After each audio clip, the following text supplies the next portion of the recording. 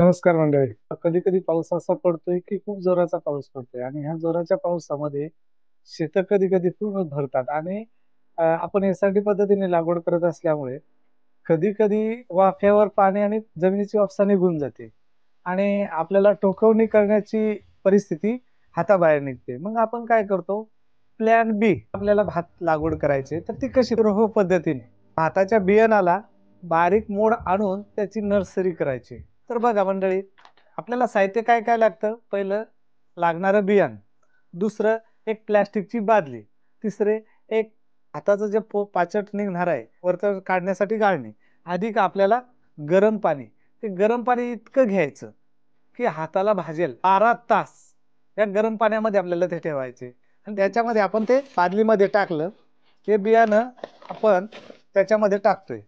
बियाणाला कृत्रिम वाफसा कसा द्यायचा? कारण जमिनीचा वाफसा गेल्यामुळे बियाणाला वाफसाची गरज असते. आता मंडळी बघा, याच्यामध्ये काही वरती जे पोचट दाणे आलेले आहेत ते खराब असतात, ते उगवत नाहीत किंवा उगवले तरी त्याच्यावर रोगराई धावते. म्हणून ते पोचट दाणे आपण काढून घेतोय.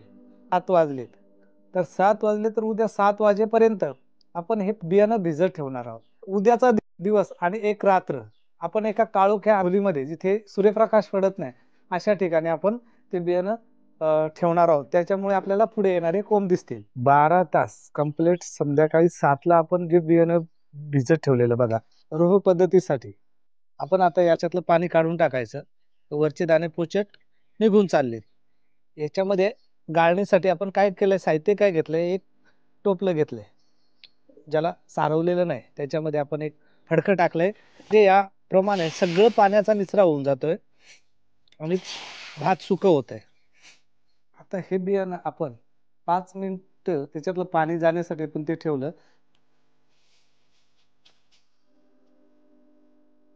जास्त जर सूर्यप्रकाश पडत असेल, कापड पण आपण त्याच्यावर ठेवू शकतोय. उद्या सकाळी आपल्याला 7 वाजल्यापासून हे बियाणं नर्सरी करण्यासाठी आपल्याला योग्य पद्धतीने तयार होणार आहे. आणि आता आपण पाहू शकतोय का हे पेरण्यायोग्य झालंय की नाही. आता याच्यावर तुम्ही बघा, हे लहान, त्याला सफेद कोंब येण्याची स्थिती सुरू झाली.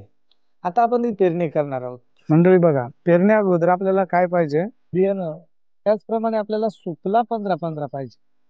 का पेरण्याच्या जागी आपल्याला थोडस एक पाणथळ जागा शोधून अगोदर ग्लायफोसेट तणनाशक मारून तो जागा स्वच्छ झालेला केलेला असावा आणि मग ह्या पद्धतीने असं पाणथळ जागेला चिखल करून घ्यावा लागतो. कारण हे बियाणं आपण वरच्यावर फेकणार आहोत, त्याला बुजवणार नाही आणि त्याची जी मुळं आहे ती या चिखलाला लवकर चिटकावी म्हणून असं आपल्याला पंजाने किंवा एखाद्या कोणत्याही तुमच्याकडे जे काही अवजार असेल त्या अवजाराने तुम्हाला या पद्धतीने सगळं करून घ्यायचं. पेरण्या अगोदर आपण आता काय करतोय की त्या जागेवर आपल्या रोह पद्धतीला ते बियाणाला थोडंफार अन्न घटक पाहिजे, त्याची वाढ लवकर व्हावी म्हणून आपण सुफला 15-15 किंवा 10-26-26 ही अशी संयुक्त खतं घ्यायची.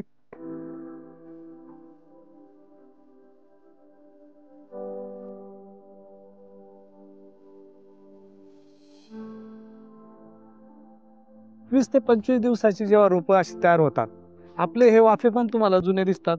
ह्याच वाफ्यावर आपल्याला हे बघा, ह्या पद्धतीने आपल्याला साचा मारायचा आहे. त्या प्रकारे आपल्याला आता जिथे मार्किंग केली तिथे आपल्याला ही रोपं लावायची. प्लॅन बी ही रोह पद्धतीने केलेली आपली शेती तयार होते. स्क्रीनवर दिलेला नंबर SRT ऑफिस असा सेव्ह करा आणि हाय किंवा SRT असा मेसेज पाठवा व माहिती मोफत मिळवा. धन्यवाद.